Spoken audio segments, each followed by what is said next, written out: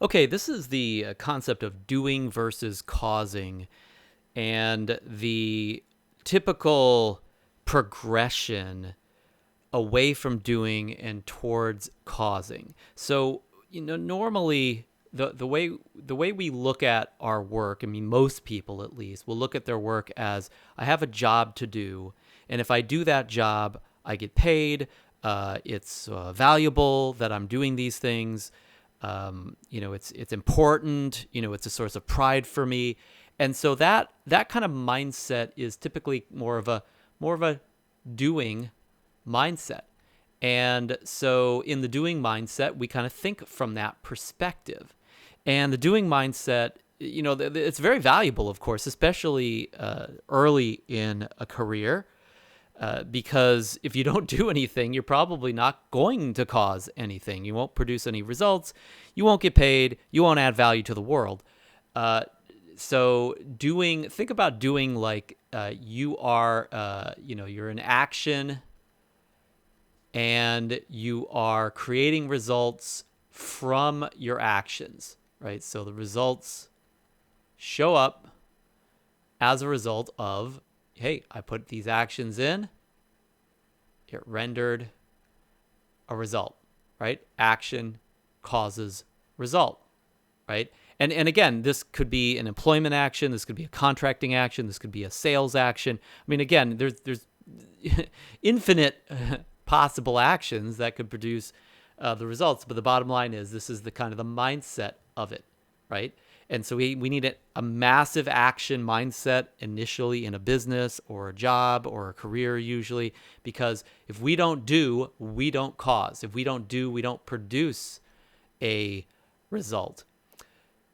Now, over a period of a career, this doing ideally actually goes down. And that's what this kind of line indicates here is doing is actually reducing over time. Obviously, down here, this would be time. This is our timeline, of course. And as time goes on, we're doing less and less, but the causing line increases. So initially, in this period right here, this kind of beginning period, notice that causing is at zero, right? You got zero causing. That's happening. That's a bad zero, but you get the idea. You have zero. Sorry, I need to change my tablet over a little bit, see if I can get a decent zero. So here's the zero. See if I can get that slash right. Okay. So here's the zero causing, but you're still doing a lot. I mean, up here, you're still way up here at 100. So you're 100x doing, and that causes, in this case, zero results. You got no results, but you're like, think of this like wheel spinning, right? You're spinning your wheels. And then at a certain point, all that doing starts to pay off, and you start causing, 1, 2, 3, 4, 5 units of actual results. Causing starts to take hold, but guess what? The only reason why you're causing is through your doing. So you're doing and causing, but the causing is coming from the doing. The doing is the source. It's the source of the causing. So does that make sense? So wheel spinning, and then you're doing really hard, working really hard, causing more and more results as you continue to do. And then comes a day, say it's around this time period here, where you know so much, you have so much knowledge, you have so much ability, you become a leader in your space for whatever reason, whether it's expertise or time in the saddle or amazing results you produce or something. You've worked really hard to do and do and do, and you're causing a little bit more, a little bit more, a little bit more. And then finally one day you say, you know what, I'm causing so much with my doing, I could hire somebody.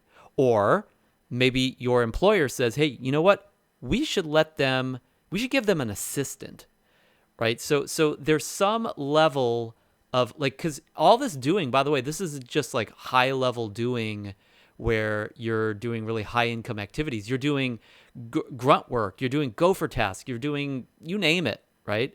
You're doing all sorts of less valuable things along with the more valuable things. So at some point during this time, your employer or you or the capital or your clients or somehow there's a coalition of yeses that lead to getting, like, again, think of it like you have an assistant that comes around. This is your assistant, right? And your assistant does the grunt work. And so now see what happens with your doing. Your doing starts to reduce because this extra doing is handled by this assistant, let's say. So now you're doing a little less, but guess what? Because your assistant works hard and you still are amazing at what you do, your results keep going up.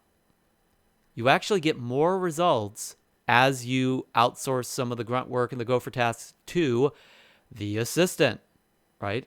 And then comes a day, later on down this period, where you've done so well as this duo, let's say, you and assistant or something like that, as the executive or the salesperson or the leader, whatever, that you have so much expertise, you have so much knowledge, you can start to train others to do what you do, even the high level stuff, not just get an assistant to do Gopher tasks, but you're now able to bring in, high level team members that are amazing at what you do, not because they started out that way, but because you trained them. So all this additional doing here is now taken up by these other team members, these other experts, maybe you're good at sales and you train other salespeople. Maybe you're really good at painting, you train other painters.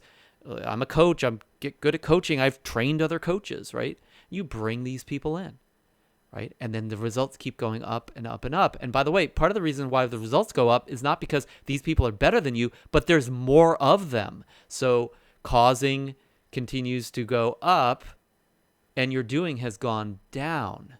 You're doing less and less and less, causing more and more and more. Now, part of the reason why we could say you're causing more is because think about causing in a different way. Let's talk about the concept of causing.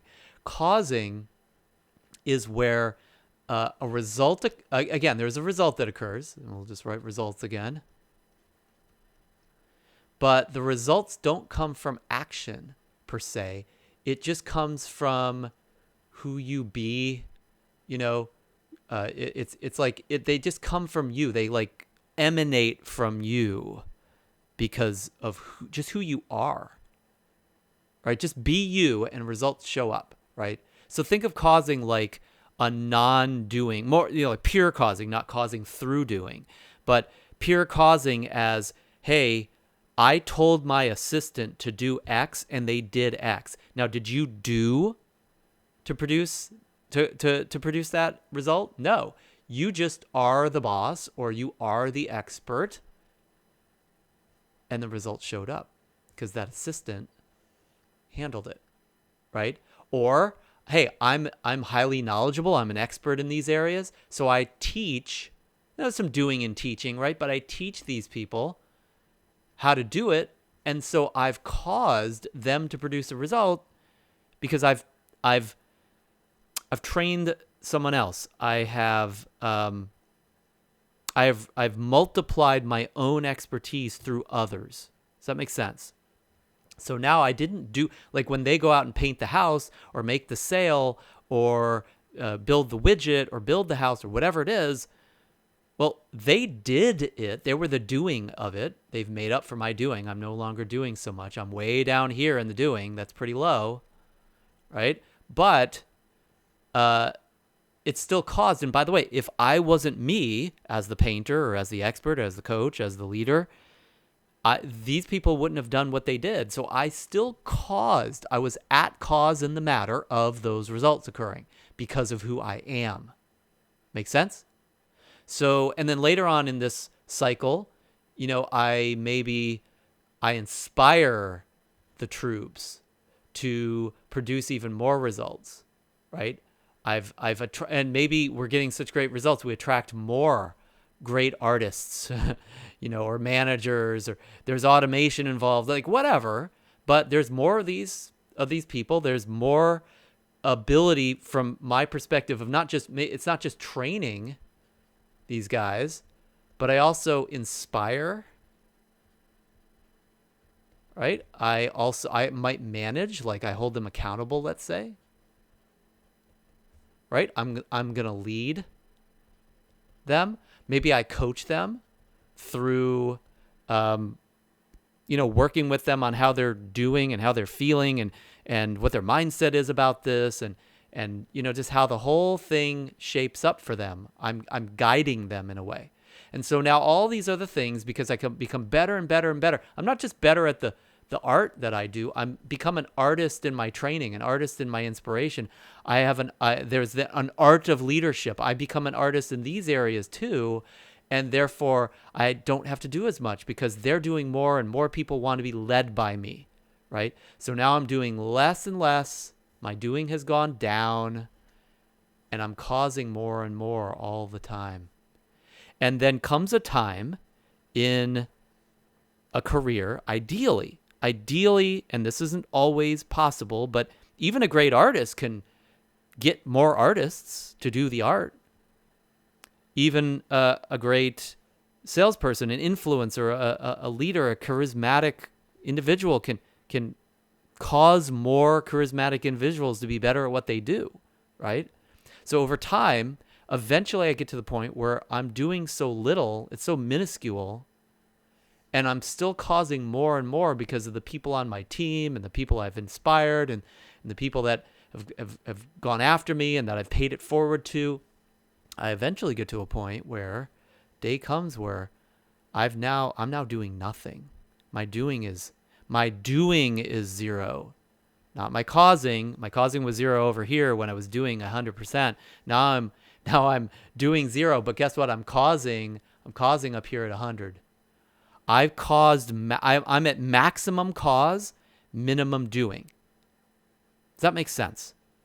So because I'm a trainer, I'm a leader, I'm an inspiration. Like maybe I don't even train. Maybe I've outsourced the training now, or put videos together to train, or an operations manual. Maybe I've hired managers. Maybe I got coaches that are coaching. Maybe all I am is an inspiration now. And might seem a little lazy, but I just sit in my office and people just look up to me, right? And guess what? Because that figurehead is there, because that leader's there, they're not doing anything, but they cause everything. If that leader, think about, when Steve Jobs was, CEO or, a chairman of Apple, there was a point where he was not designing the next product. He was not, coding the software. Maybe he was managing a little bit, maybe he was training a little bit or leading a little bit, but for the most part, he's just an inspiring visionary. Here's my vision, guys, figure it out, right? He's not doing anything.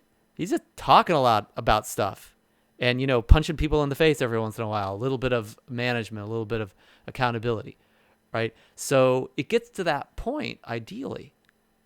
So that's when you do nothing and you cause everything. You start out doing everything, causing nothing, doing everything, causing a little bit, and you do less and less, cause more and more over, hopefully, your career, and then eventually you get to a day where you do nothing and you cause everything.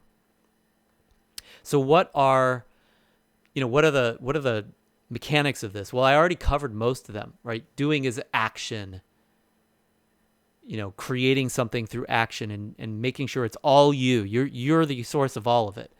Causing is more training, leadership, team building, hiring, recruiting, attracting, training, inspiring, managing, leading, and coaching, right? There's still some doing involved, but these doings, I go train, I cause a lot more than I did. I inspire, I cause a lot more than I did. I manage and lead, I cause a lot more than I did. Management, 5 minutes, the guy works 3 days. That's serious leverage, right? Coaching, it's one of the things I love about coaching. So for coaches that are listening to this, it's like you are a cause. Don't feel lazy just because you're coaching and then letting all your clients or the people that you coach, your team, go and do a bunch. Let them do it. They're in the doing stage. They don't, and they may never complete this journey, but that's them and you're you, right? So These are some of the mechanics that are involved in this. Mastery obviously is critical in, whatever you're doing. Again, being the artist or the entrepreneur or the manager here, you become an artist of that, and you need to master that, or else how are you going to produce so much results that you can afford to get the assistant? How are you going to produce so much results that that people are willing to work for you? How are you going to be such a master that you can then train these guys to do it so well? How are you going to do that? You have mastery. Mastery is why you start by doing. Because at the beginning, you're not a master of anything. So how are you going to cause stuff with no mastery? Well, it's pretty darn hard. I'm not saying it's impossible. You can inspire people, but just because a 15-year-old goes out and does a speech about how we should all end global warming doesn't mean it causes that much, right? Why? He or she is not a master of anything. They've mastered Zippo. There's this real emotional, right?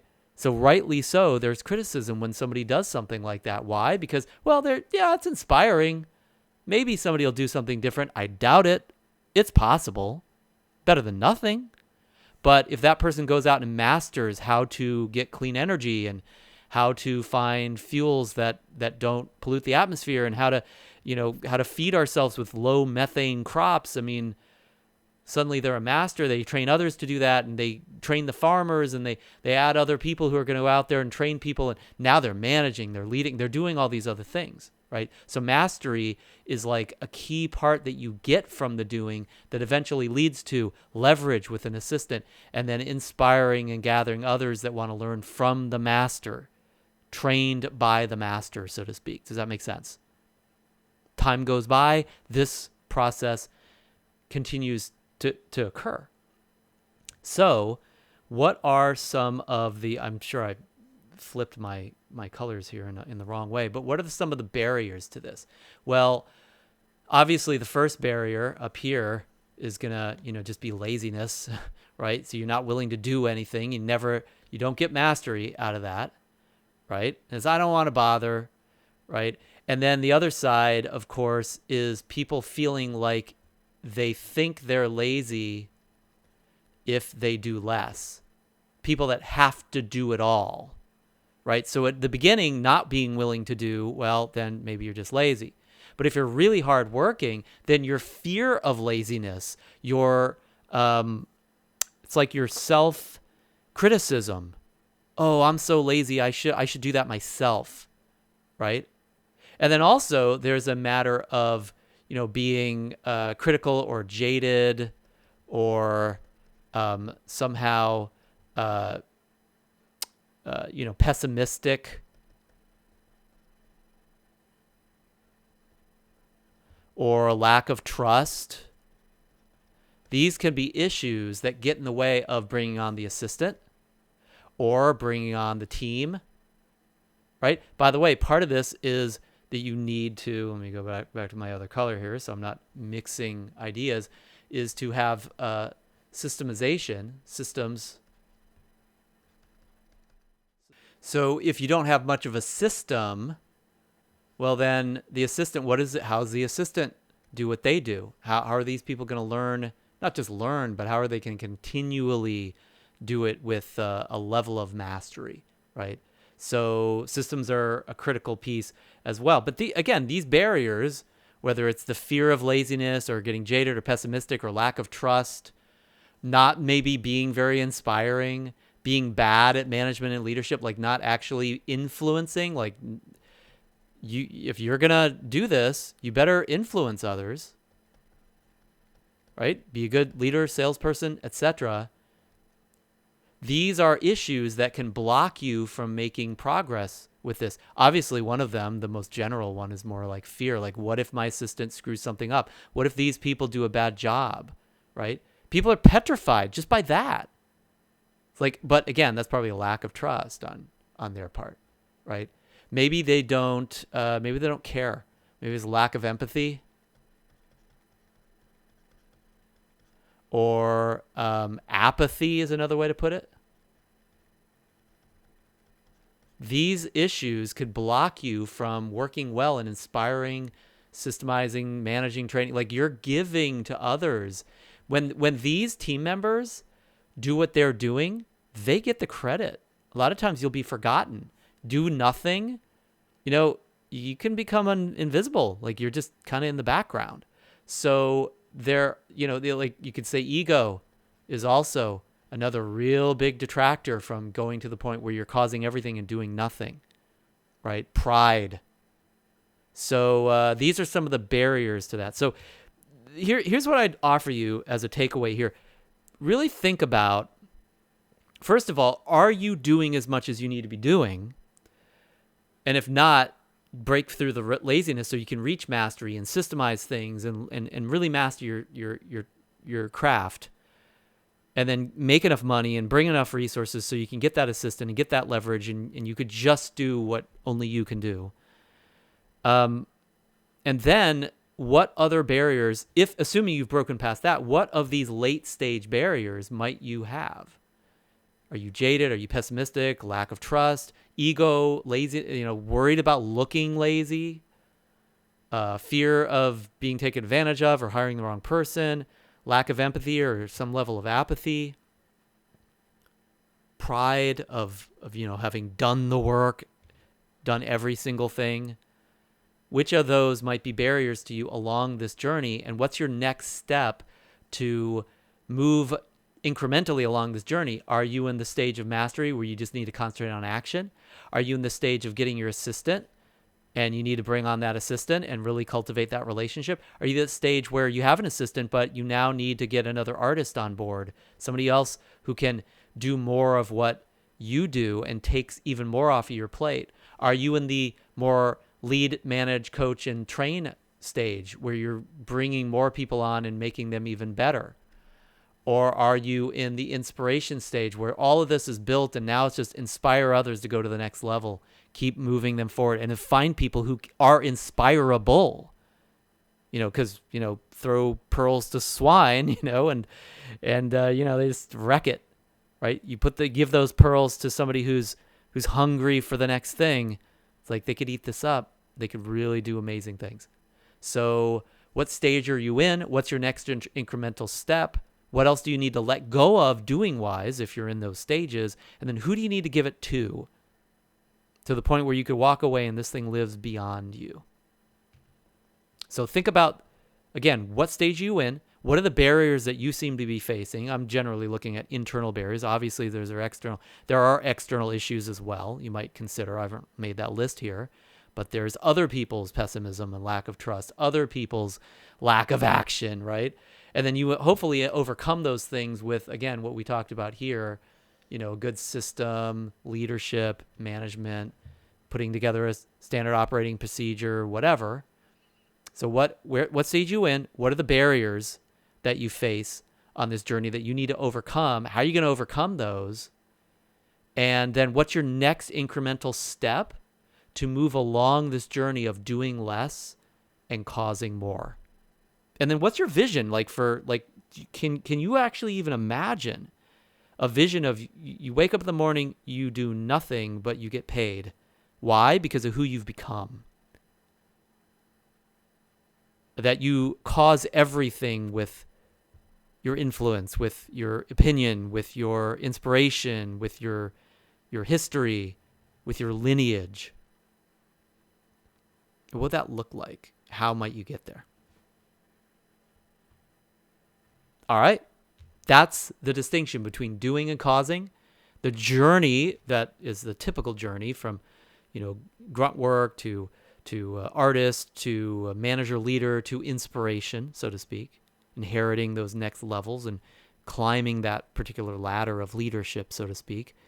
And then the other players and other facets involved. Obviously, this would be different depending on the business, depending on the lifestyle, depending on your art, depending on, the niche. There's so many different variations, but this is the overall concept you really want to get. And hopefully, part of my role here is be a bit of an inspiration to some extent, or a lead to take this on and actually say, hey, I'm going to go do this, right? Because you can then hopefully obviously as a do nothing, cause everything type of person, well, you can actually cause others to eventually become the do nothing, cause everything as well, and really pass that on. That's not necessarily, none of this is necessarily required. A lot of people just stay in their job, do for the rest of their life. They just stay in doing and they never transform.